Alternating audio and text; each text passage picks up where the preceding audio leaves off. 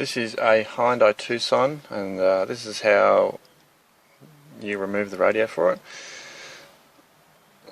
There's a little hole, so I'm just getting a little bit of steel into that hole and levering that facer off.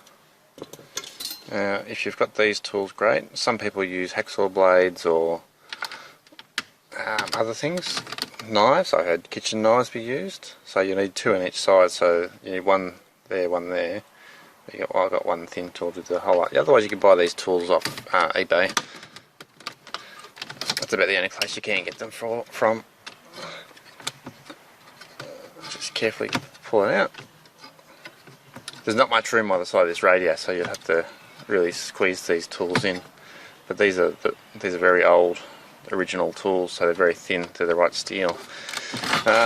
So there you go. That's how you get it out. So these are the little things you've just got to push in either side for it to come out. And then unplug it. Thanks for watching.